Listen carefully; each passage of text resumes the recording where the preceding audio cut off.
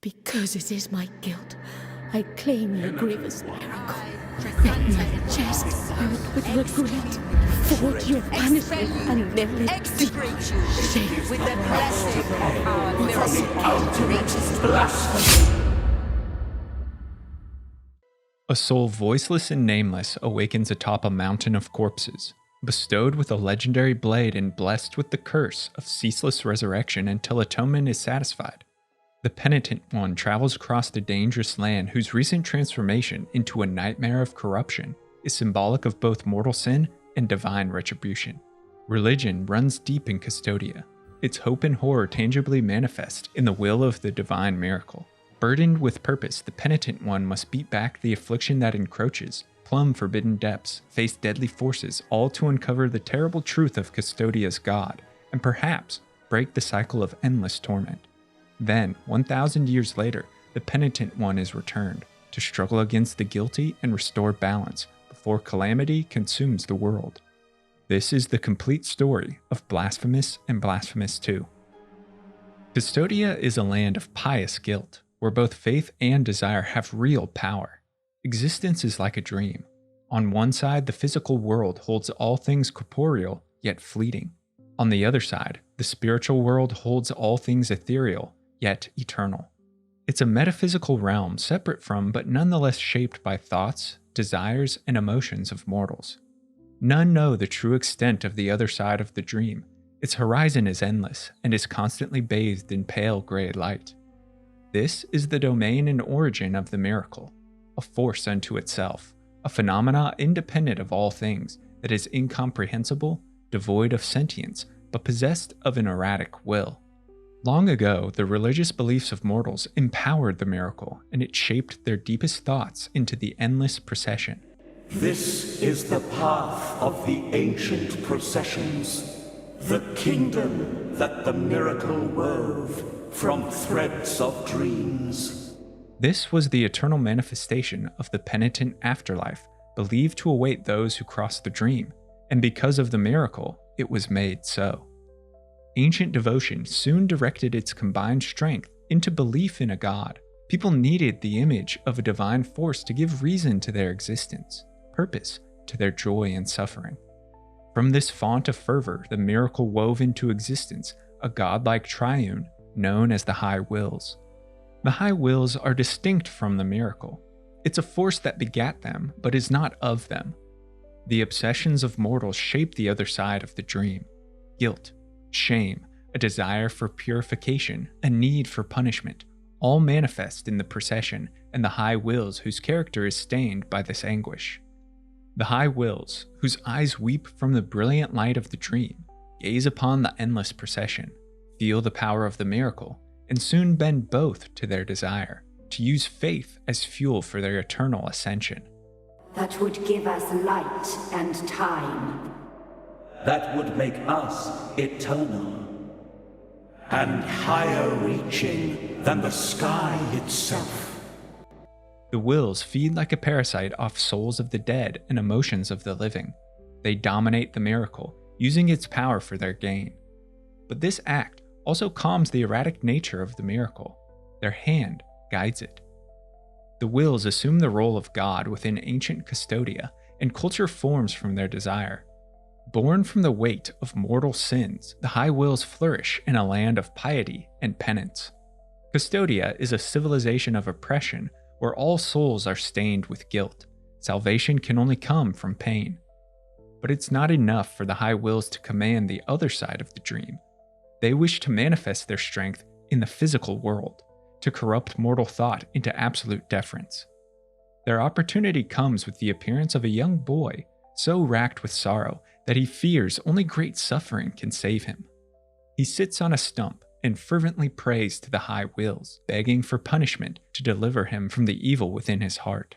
The Wills see in him a tool to stoke zeal across Cvstodia and further strengthen themselves, so answer his plea. The stump twists around the boy, grows into a tree, and his body becomes mangled with roots and branches. As this transformation unfolds, he utters not a cry or complaint, saying only 3 words: "My great guilt." This act is known as the first miracle, and it's the first time the otherworldly force manifests in the physical side of the dream. 4 brothers in faith bore witness to the first miracle, the transformation of the boy into the Twisted One, the father of the faith, and in this location, a mystical tree with sap of gold sprouted as the knot of the 3 words. 3 of these brothers spread the gospel of the high wills and the story of the Twisted One, but they were deceived, and only the 4th saw the truth. The devious and malignant high wills exploited the first miracle as self-aggrandizement, in hopes that religion would enslave mortal souls for their consumption. The 4th witness was, however, silenced, and time warped the lie into truth. He became known as the traitor. The traitor was vanished to this world, condemned to an eternity of deep-rooted darkness. The melted face was also robbed of his eyes, for he had seen too much. One of the eyes was delivered to the sea, and no more was heard of it. The lady of the ossuary was charged to watch over the other. After the first miracle pierced the veil that separated the other side of the dream, the full force of the grievous miracle was unleashed across Cvstodia. It was a holy presence, the tangible hand of divinity, the embodiment of both faith and guilt that blessed and cursed in equal measure. All happenings become acts of the miracle, and through it, the desire of the high wills. Churches across Cvstodia swell with worship, and the Twisted One becomes a living symbol of religion. He's carried through processions meant to convert non-believers, covering truth with the high will's deception. Laudess, the Father's most fervent follower, whose passion was so great that 4 golden simulacrums of herself came into existence, leads the Twisted One through towns and cities, on display for aristocrats and commoners alike. But from Laudess also comes the first blasphemy, and her tragic fall highlights the fickle nature of the high wills. Her adoration was for the Twisted One himself, not for his god.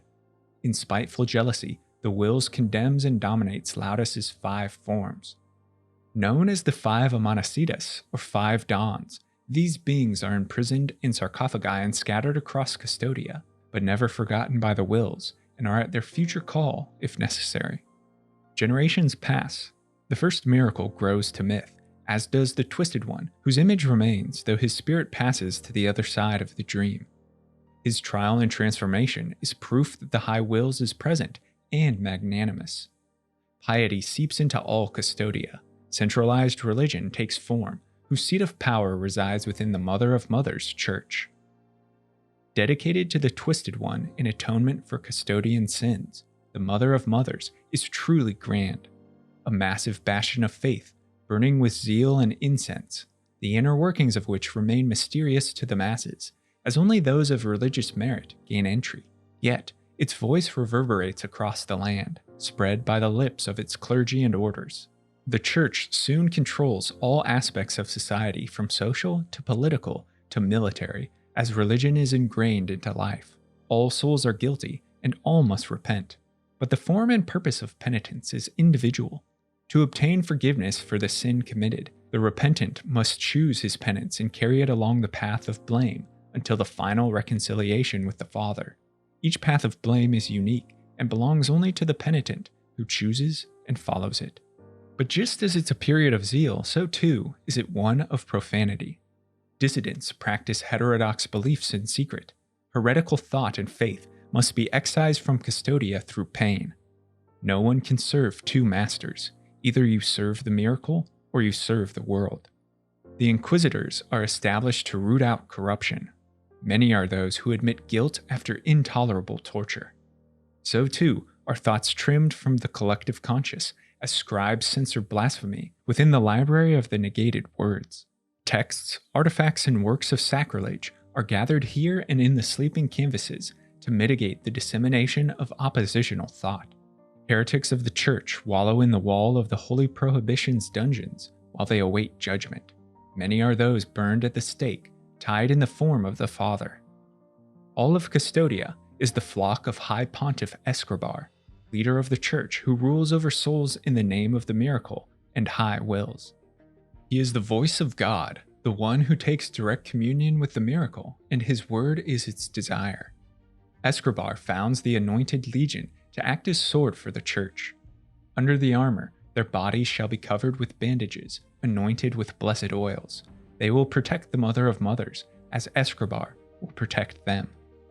Captained by indomitable Chrysanta of the Rapt Agony, the Anointed Legion enforces pontifical will through blood.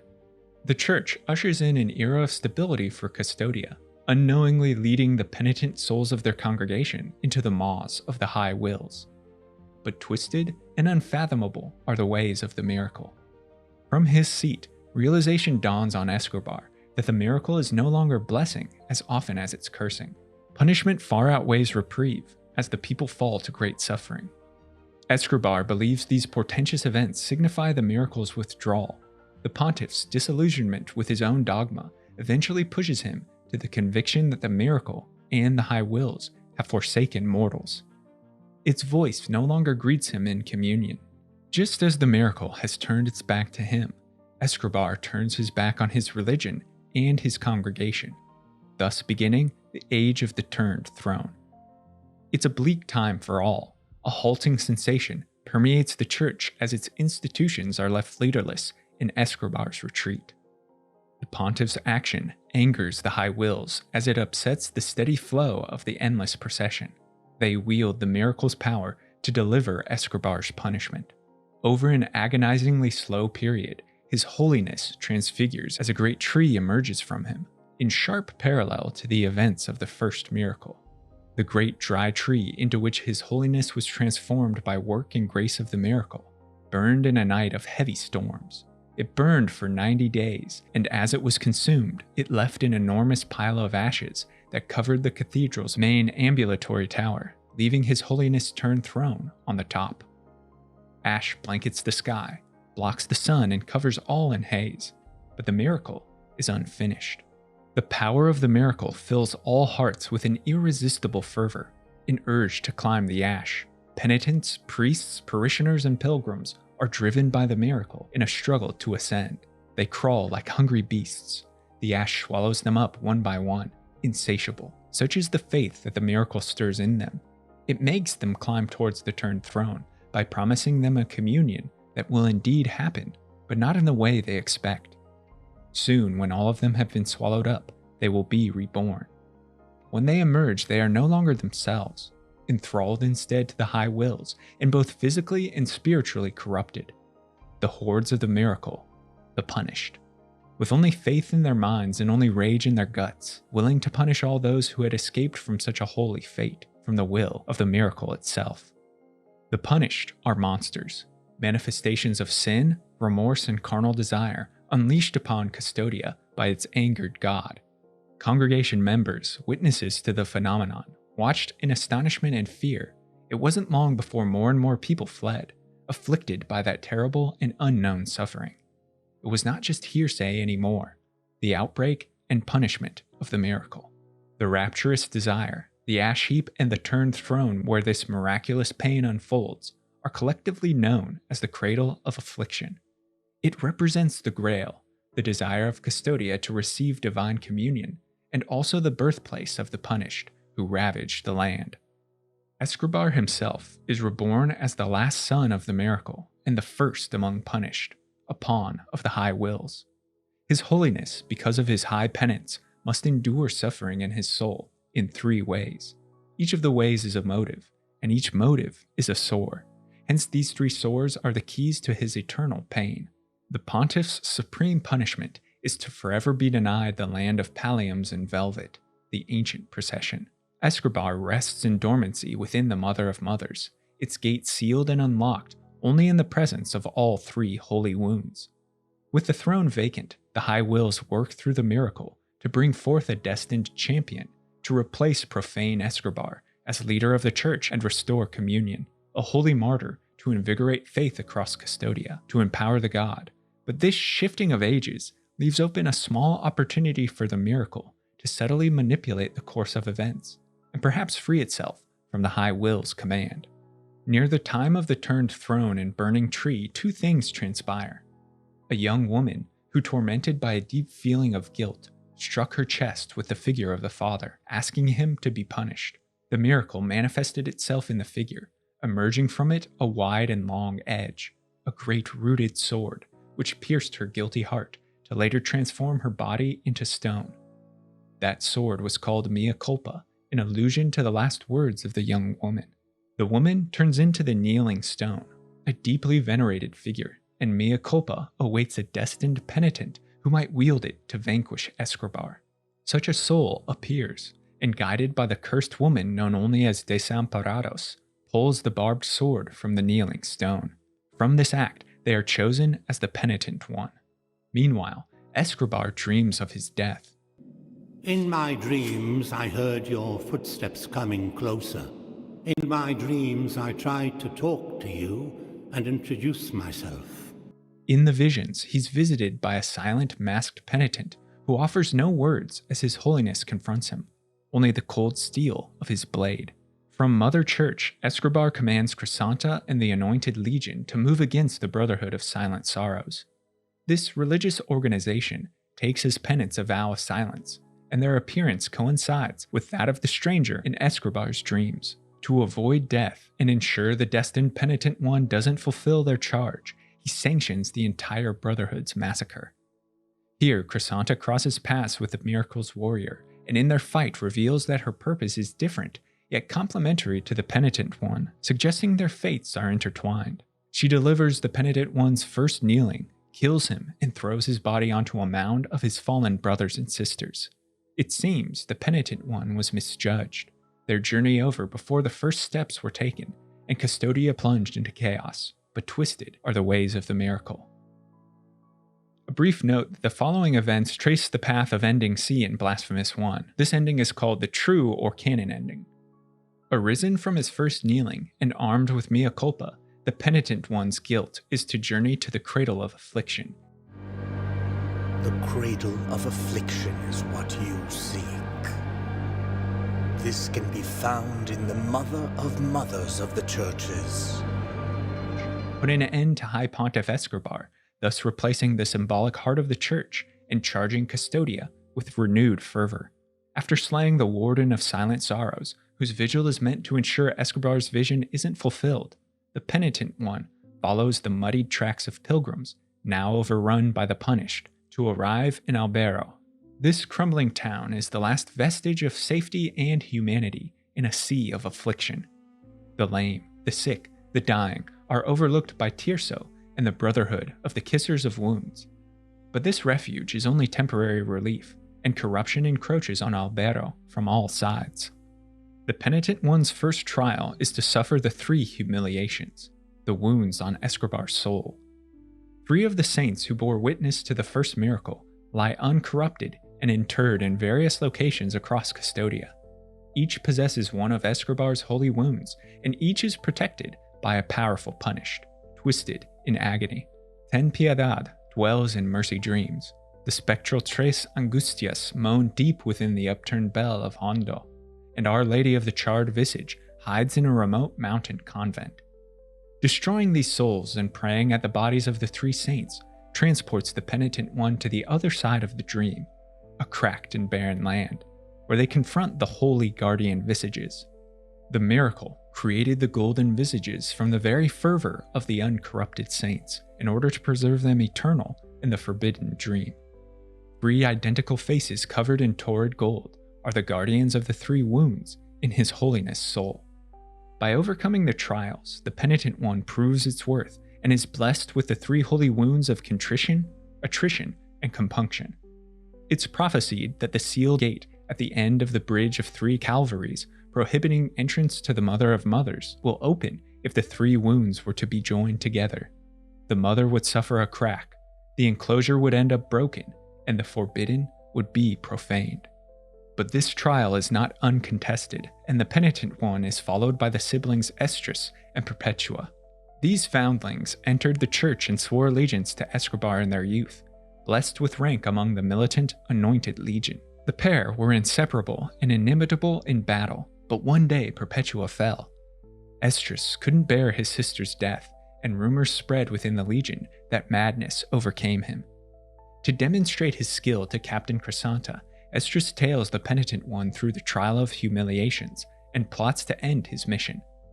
Perpetua, or at least her body, is resurrected and commanded to battle the Penitent One in Mountains of the Endless Dusk.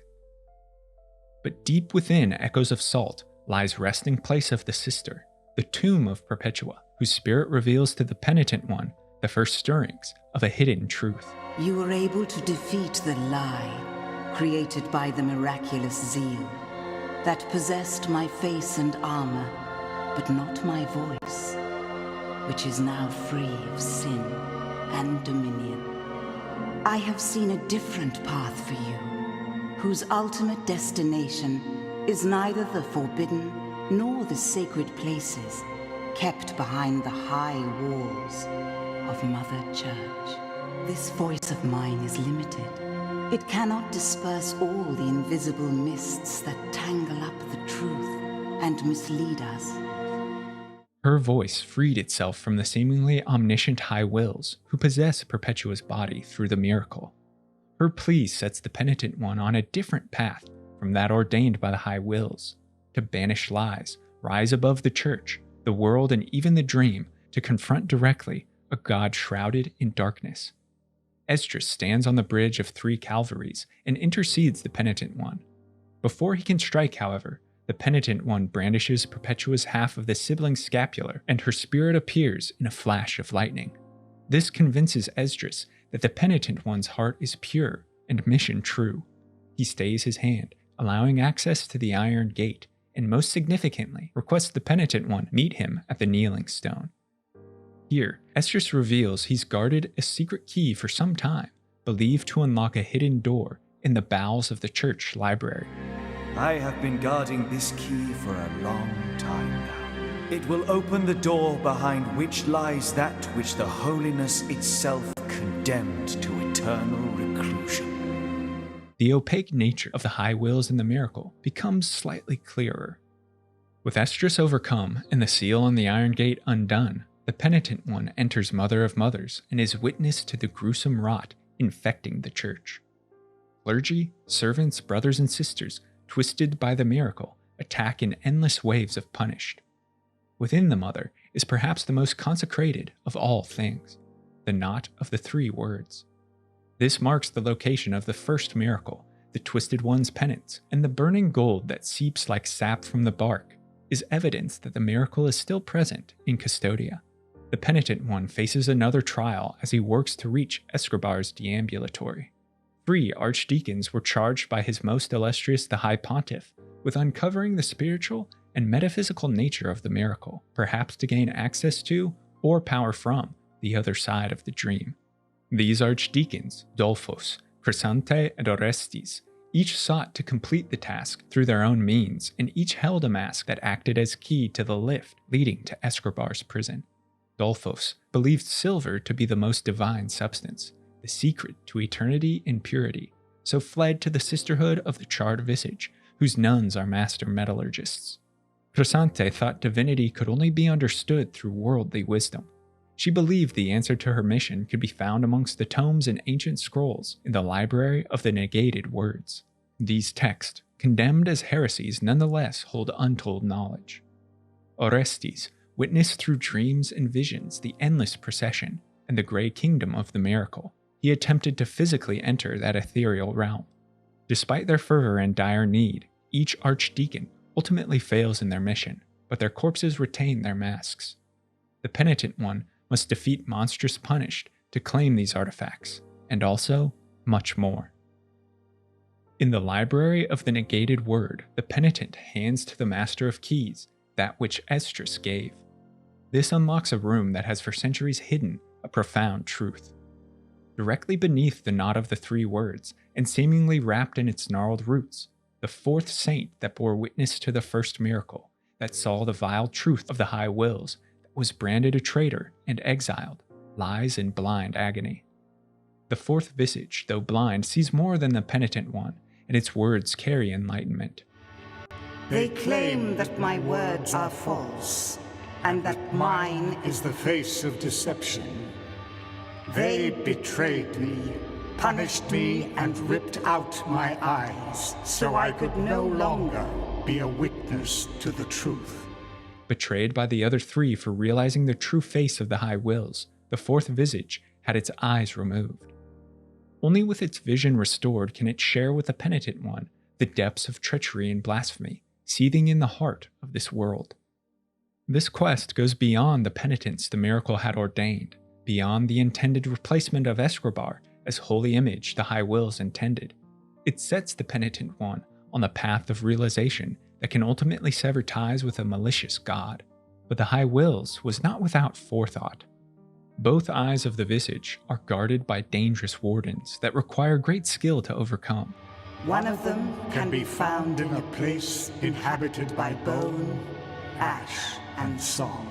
The other can be found in a dried-up sea, to which ships head to die amidst the terrible thunder. The ossuary beneath Albero holds within its crypts Isidora, voice of the dead, who wields the right severed eye of the traitor as a scythe to reap all trespassers. A serpent lurks beneath the placid, dread waters of mourning and havoc. Sierpes is holder of the traitor's left eye, using it to beckon men and storms alike to die before it. This colossal snake is a bane to sailors everywhere. Once the Penitent One snatches both eyes from their guardians and returns them to the exiled visage, the fourth regains its lost insight. It reveals the dark nature of the High Wills, and that faith has lulled the masses into complacency. In the most fervent souls, in the most devout hearts, lives the seed that lulls the consciousness and controls the will. They are the links of invisible chains that hail from remote, sacred, and forbidden places, from where the High Wills dwell. Only a confrontation with the divine can break Cvstodia from these invisible chains, and to that end, the fourth visage empowers mea culpa. The betrayed saint stole the apodictic heart, the true heart, of the blade before it was ever formed, in hopes that someday a soul strong enough to carry it would deliver justice upon the High Wills. With this heart, you will awaken the true guilt of your sword, enabling you to pierce the hearts shrouded by the miracle's veil. The fourth visage names Crisanta as a necessary ally in challenging both Pontiff Escobar and the wills beyond the dream. But the chains that bind Cvstodia also blind her to the truth. Armed with mea culpa's true heart, the Penitent One uses the Archdeacon masks to ascend Mother Church. Just beyond is Escobar's deambulatory, and His Holiness himself, but Crisanta of the Rapt Agony bars the way. After delivering the Penitent One's first kneeling in the Brotherhood of Silent Sorrows, the captain prophesied that if he truly was destined, their paths would cross again. And so it is. Above, the High Wills are alerted to the strangeness surrounding their destined penitent. He has altered his fate and treads a different path.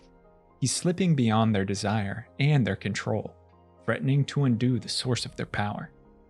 The High Wills charge Crisanta with miraculous fervor.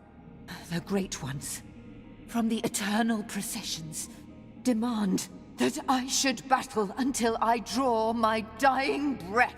Her strikes are blistering, and she fights with desperate savagery. But when bested a second time, the metaphysical chains that bind Crisanta are revealed and shattered by mea culpa. This frees the captain's soul and restores her agency. The guilt you carry has broken something inside of me. Crisanta retreats to the kneeling stone to meditate on the pain her soul has suffered from lies delivered by her false god. Here, it's revealed the fourth visage sought Crisanta out as a possible champion against the High Wills before the Penitent One. It blessed her with a secret fourth holy wound, that of abnegation or renunciation, in an attempt to open her closed eyes to the truth. For a brief moment, it had worked, and Crisanta rejected His Holiness and the God he serves. But just as swiftly, the High Wills dominated her spirit once more and closed Crisanta's eyes, marking her as an agent of their divinity. The captain of the Anointed Legion confers this wound onto the Penitent One and pledges her aid in the true fight, not against Escobar, but against that which commands him. I am speaking of the Supreme Trinity, the High Wills. Now you are marked by the four wounds.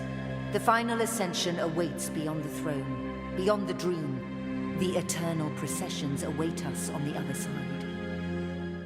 At last, the Penitent One approaches the end of his penance and faces High Pontiff Escribar. In their confrontation, His Holiness admits his ignorance in the miracle's plan and the designs of the High Wills. No, I know nothing of you. Only the miracle knows. He knows not the Penitent One, nor the mission bestowed to end his life. With his weak and dreaming reflection shattered, Escribar awakens as the last son of the miracle and reveals his holy might. But with the ascended mea culpa, empowered by guilt and penance, the Penitent One slays Escribar, sending the pontiff and leader of Custodia's church to the other side of the dream. Beyond, the turned throne stands atop a mountain of ash and anguish, the cradle of affliction, the source of Custodia's plague, the location of His Holiness' communion with the miracle. But enlightened to the true nature of faith and religion, the Penitent One cannot fulfill the High Will's divine wish. Rather than claim the cradle, be blessed with communion, and twist into a new symbol of religious devotion, thus strengthening the piety and deference of the endless procession from which the wills continue to draw strength. The Penitent One, instead, crosses over to the other side of the dream. Into this realm of clouds, ash, and blinding gray, the Penitent One brings guilt and sin, with a conviction to plunge mea culpa into the High Wills. But Custodia's god reacts quickly and calls upon the soul of deceased Escribar to waylay the Penitent One. The warrior combines with Crisanta, and together they destroy Escribar once and for all, release him from his penance, and march unobstructed into the presence of the High Wills. The incomprehensible triune reveals itself before the Penitent One and divulges its nature. It has been a parasite on the spirit of Custodia, using guilt and repentance to shape the endless procession, commanding the power of the miracle to flow through and inspire mortals, to unite all in an act of utter adoration meant to elevate the High Wills. This false god is powerless against the Penitent One, for what is a god to a blasphemer? With its final will, it eternally condemns the Penitent One's blasphemy. And so the last of our wills is your eternal condemnation. Execrated in visage, forgotten in name, forever and ever. It is the price to pay for the ultimate blasphemy. The two warriors then slay the High Wills. The spirit of the Twisted One emerges from the clouded horizon and wraps its wooden arm on the Penitent One's shoulder before disappearing, perhaps as thanks for finally allowing him to pass beyond this purgatory into peaceful oblivion. The destruction of the wills renders the miracle free once more, but bereft of power and direction. Its presence withdraws from the world, and all things born of the miracle wither. Mea culpa crumbles to dust, and the Penitent One himself perishes, no longer blessed with resurrection. His body is put to rest and prayed over by Crisanta, the coffin watched by Deo Gracias. It seems Custodia is now free from the eternal cycle of guilt and punishment instated by the miraculous wills. Though the miracle was scattered, it is a force of nature and works slowly towards a future grievous return. The eternal dawn of our penances heralds its imminent end. Though the Penitent One earns his reprieve, there's no rest for Custodia. A short but indeterminate time passes, and after the retreat of the miracle, a mysterious figure from faraway lands, named Eviterno, arrives on a wave of blood. He styles himself the Father of Penitence. Ages ago, he was chosen by the miracle as the first penitent, and his penance is as old as time. In fact, it is time. Cursed with eternity, blessed with perpetuity, Eviterno suffers the gravest penance of all, that of waiting and of secluded contemplation. He's stirred only in the fiery moments where the miracle announces its will. The exact motive or message Eviterno received is unknown, but the first penitent comes to Custodia to seek retribution for his wounded miracle and await its further command. Crisanta of the Rapt Agony, whose own faith had been shattered in the wake of the first game's events, is made aware of the miracle's agent, confronts Eviterno, but is bested. In her final moments, she thrusts her own blade, wrapped in anointed crimson threads, through her heart, perhaps as a means of preserving its last power for a future claimant. Cloaked and enthroned on a dais hidden deep within Cvstodia, the Father of Penitence continues his penance. He sits unmoving and awaits the return of the grievous miracle. Years pass into generations, generations into centuries. The memory of Escribar, Mother Church, Old Cvstodia slip from the collective conscience. The actions of the Penitent One are forgotten, and not even the scars of the cursed affliction of that ancient time remain. The wounded miracle's influence withdraws from the world completely, and its faith drifts on the winds of time. With the death of religion, Cvstodia's culture changes. No longer oppressed by the strictures of the Church, the realm undergoes a golden age of intellectual, artistic, and secular advancement. Atop Old Cvstodia's bones, a new realm is born that reveres the mortal more than the divine, that cares for the pleasures of the flesh more than salvation of the soul. The city of the blessed name, with its impressive burrows and vaulting spires, is the heart of this new human enterprise. Structures and beliefs both are built upon crumbled ruins.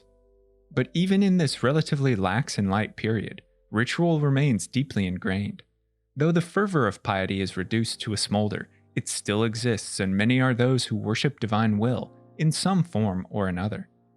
From mortal faith, the wounded miracle gains purchase to once again influence this side of the dream. So it was that a humble married couple, torn apart by their inability to conceive a child, entrusted themselves in their utter desperation to the miracle. A couple who cannot conceive a child on their own beg to a god, a spirit, anything that will hear to answer their prayer and deliver to them an infant. So pure and powerful is their collective outcry that the miracle once more stirs. It blessed this couple of devout believers, whose faith had never wavered. The humility and deference of their pleas empowers the divine will that in its first returned act blesses them with a pregnancy. It will be a child marked, not just the couple's, but also the miracle's own. The divine will, however, has spent too long severed from the nourishing communion of its devoted. We've already seen that the miracle is a raw and tempestuous force that has abstract desires but not the sentience to direct its will with finesse. The centuries weakened it to such an extent that it can't control its inherent erratic nature. From this child, it produces a terrible plague. It spread throughout our land like a contagion. Its accursed seeds germinating like the wounds that sprout upon the scourged flesh of the repentant. A second scourge, much like the affliction of Old Cvstodia, spreads throughout the land. Illness takes many, madness takes others. Of those that remain, most are transformed into a cursed beast, shackled to the uncontained will of the miracle.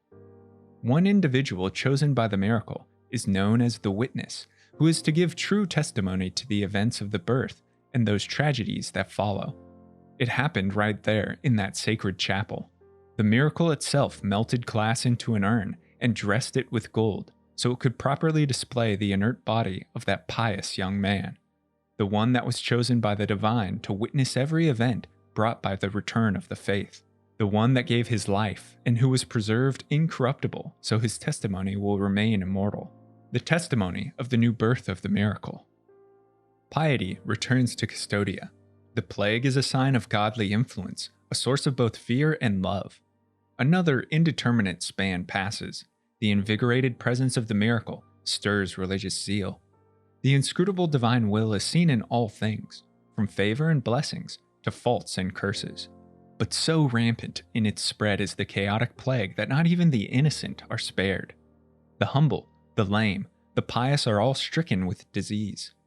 It's through the afflicted innocent, who gaze up to heaven and ask for divine intervention, that the miracle is granted enough power for a second chance to birth its child.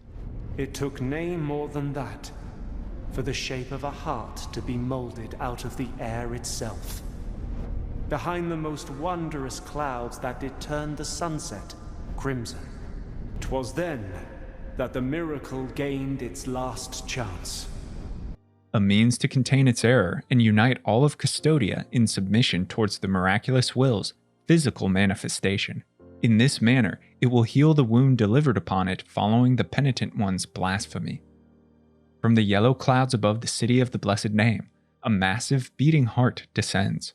Wrapped inside its protective membrane rests a gestating crimson body, the miraculous devotion incarnate. Like hands grasping for a cherished gift, the elevated temples rise from the city on the shoulders of 3 stone statues representing the Father, the Mother, and the witness of the miracle's first birth.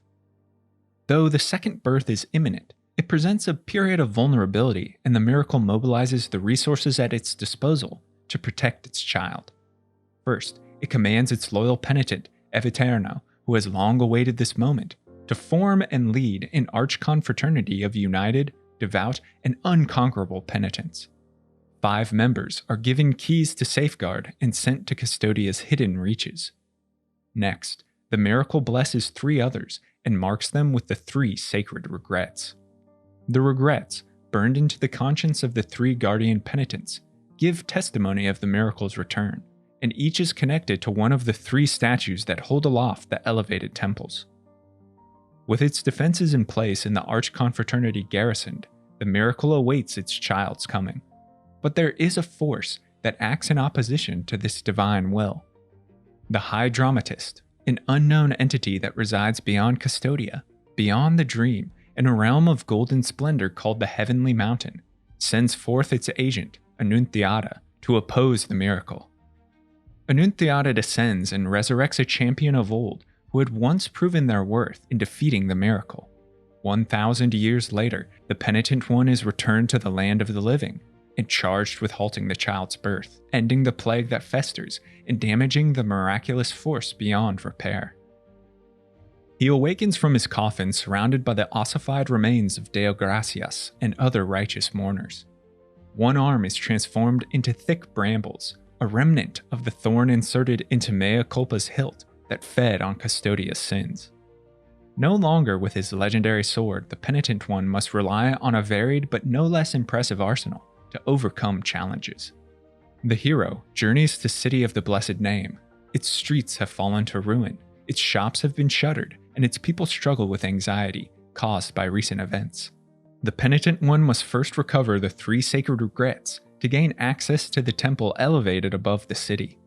One lies buried in the sands of sacred entombments, guarded by great preceptor Radames. He once was a confessor who heard the guilty thoughts and actions of penitent souls, and his order blessed them with absolution.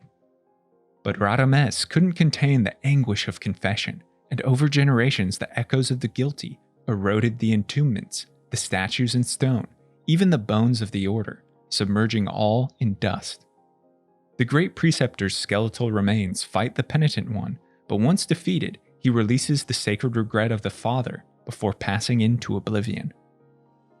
Orospina of the Confraternity of Embroiderers dwells within her lair-like palace and guards the second regret.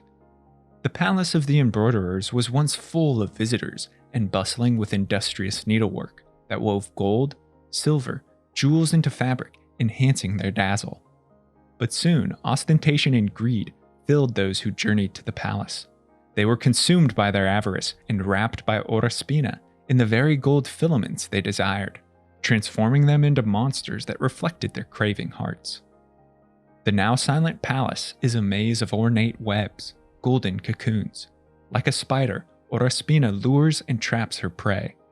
Her sword skill is exquisite, but once overcome she reveals the second regret of the mother, and lowers the massive statues further. Finally, Blasphemous, the incorrupt sacristan, and the Infanta of the Confraternity of Incorruptible Flesh guard the third regret atop the crown of towers.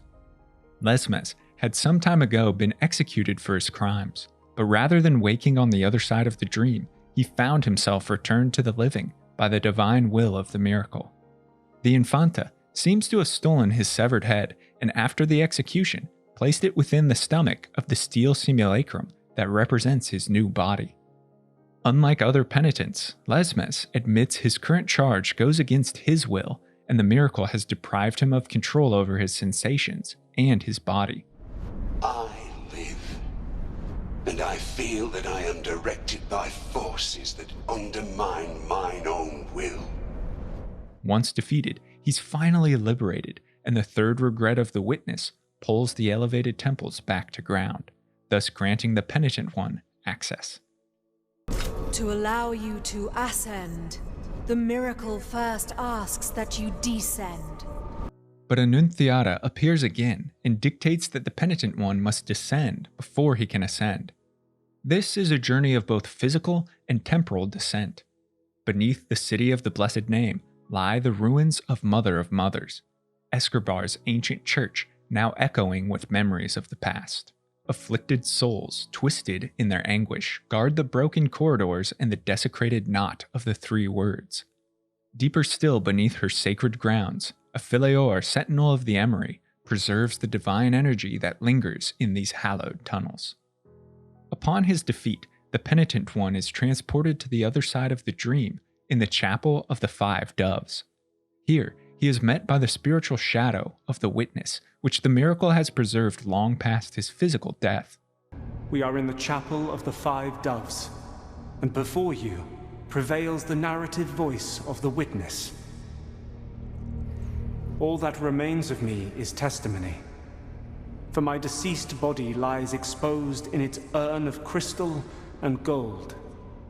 The Witness skeleton rests inside a glass casket, along with his uncorrupted tongue, which holds on its tip the deepest truths of the miracle. The physical chapel is a place of pilgrimage and deference for those who worship the Father, Mother, and Witness. The Witness doesn't know why the miracle spared his soul, but he is commanded to act as guide in the Penitent One's next endeavor. 5 keys are needed to unlock the gilt dove cages that secure the Witness' body. Only by collecting all can the Penitent One retrieve the tongue and ascend further. Each key is secured in a hidden location and guarded by one of Eviterno's fierce arch-confraternity. Inside the Basilica of Silent Faces, Benedicta of the Endless Orison holds 1 key. This ghost was in life a sister of the order who stood in unending vigil over the deceased, praying for the salvation of their souls. One night, the coffin of a new cardinal arrived at the basilica, and the sisters surrounded it to prepare their ritual. At that moment, the sister Benedicta stepped forward, carrying a frayed scroll, and everyone immediately knew the parchment for what it was, the apocryphal prayer. Those ancient verses carried a terrible power. Whoever uttered its inked words would be imprisoned in eternal prayer, unable to stop until they died of starvation. Her conviction follows into death, and her ghost is a fearsome opponent. Benedicta's dropped key pulls the sunken cathedral up from beneath the waves, where Odon of the Confraternity of Salt protects his entrusted key. Odon was a maritime captain, dauntless in adventure, when one day he and his crew were overtaken by violent storms. Their ship capsized and all resigned to death, but then they awoke encrusted in salt, but otherwise unharmed. They were in the cathedral that the miracle had long hidden under the dark waters of the sea. Salt had granted them life, and Odon knew his new orders were clear: to guard this sacred place, and to do so until their deaths. Death they would not fear, for they had already conquered it once. Following the unlocking of this cage, the Penitent One next journeys to the Severed Tower, whose curse is manifest in Synodo, Hymn of 1,000 Voices.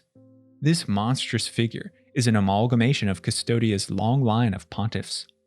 The faces of past pontiffs were displayed in large paintings and tapestries within the tower. The last pontiff declared that they will unite.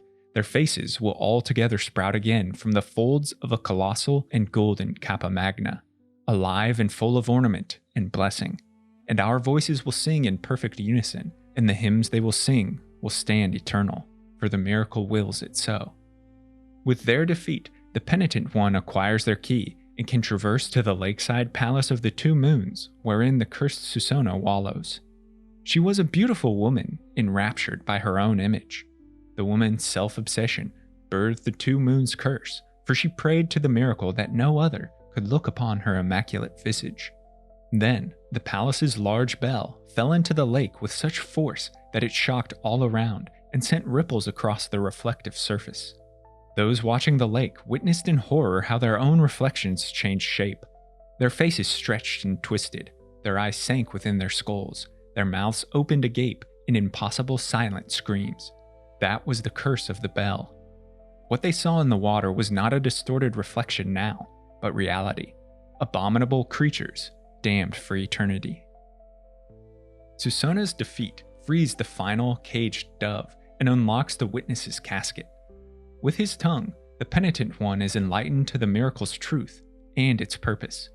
The witness spirit now disappears beyond the dream. But this coincides with dire circumstances. The resting time between the thundering beats of the descending heart shorten irrepressibly, thus heralding the imminent birth of the new child. Time dwindles. The Penitent One must quickly ascend crimson rains as blood from the beating heart falls from the sky. At the peak sits the Penitent One's last obstacle before confronting the miracle. Eviterno, father of penitents, leader of the Archconfraternity, and the first penitent, finally fulfills his penance. His centuries-long wait is over, and the miracle charges him with slaying the Penitent One. He's slowed in his age and bears many wounds, but Eviterno is desperate and skilled beyond repute. As their fight escalates, he reaches for Chrysanta's wrapped sword. The knight's body cast into stone in a symbolic event, greatly evoking memories of the kneeling statue and acquisition of legendary Mea Culpa a millennium ago. With Chrysanta's sword, Eviterno attempts to deliver the Penitent One's eternal death. Now let the crimson bindings finish what they once began.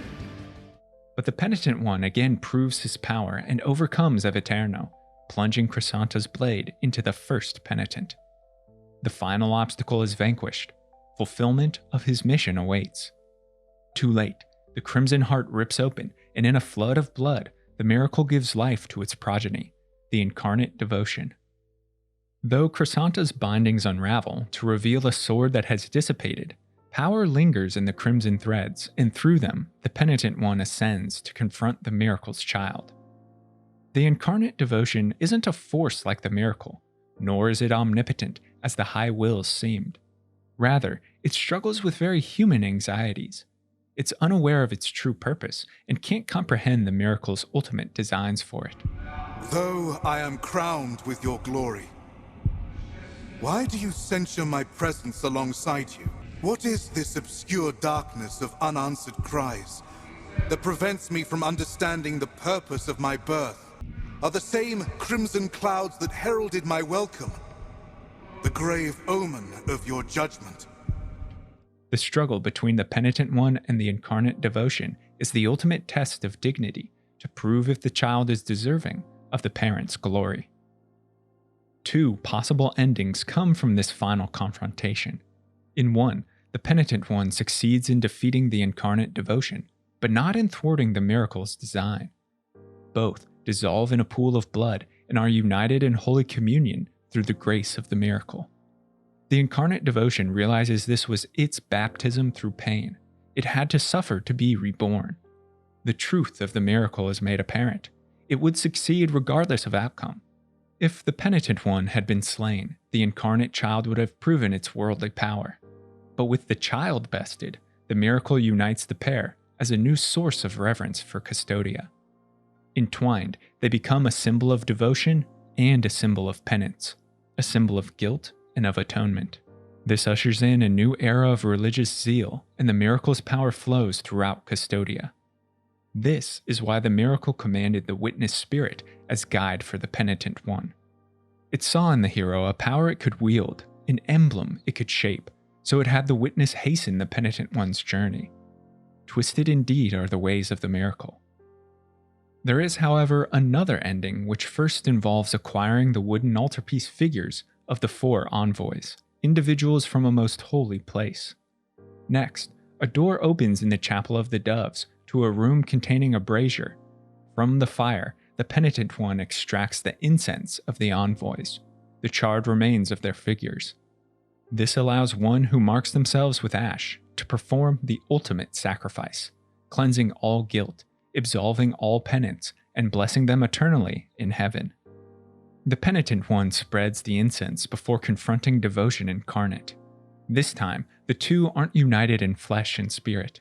Instead, the child is abandoned by its powerless miracle. The icon falls.